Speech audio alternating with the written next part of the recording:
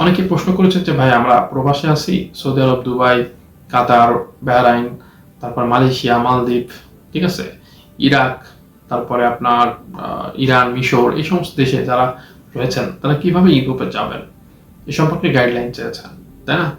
তো আপনারা যদি স্পেসিফিক ভাবে কোন দেশের কথা বলে দিতেন তো সুবিধা হতো। তো যারা স্পেসিফিক কোন দেশ নিয়ে ইন্টারেস্টেড তারা আমাদের ভিডিও বিভিন্ন ভিসা ক্যাটাগরি নিয়ে ভিডিও দেওয়া আছে, সেগুলো দেখতে পারেন। আর ইউরোপে যাওয়াটা সব থেকে সহজ উপায় রয়েছে দুইটা। একটা হলো দালাল এজেন্সি ধরে যাওয়া, আর একটা হলো স্পন্সরশিপ ভিসা নিয়ে যাওয়া। তো দালাল এজেন্সি ধরে যাওয়াটা সব থেকে বেশি রিস্ক।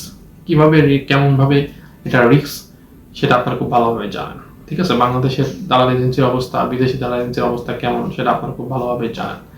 তো দ্বিতীয় ওয়েটি আছে স্পন্সরশিপ ভিসা। সরাসরি কোম্পানিতে যদি আপনি জবের জন্য অ্যাপ্লাই করে আপনার সিভি কভারটার, এক্সপিরিয়েন্স সার্টিফিকেট বিভিন্ন কোম্পানিতে জমা দিয়ে আপনি একটা জব ম্যানেজ করতে পারেন, ওয়ার্ক পারমিট নিতে পারেন।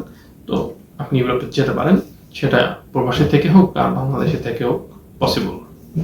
আপনি অ্যাপ্লাই করতে পারেন, ইউরোপে যেতে পারেন, ঠিক আছে? এ সম্পর্কে দেখা যাচ্ছে আমাদের ইউটিউব চ্যানেলে বিভিন্ন দেশের ভিডিও দেওয়া আছে, বিস্তারিত গাইডলাইন A to Z দেওয়া আছে।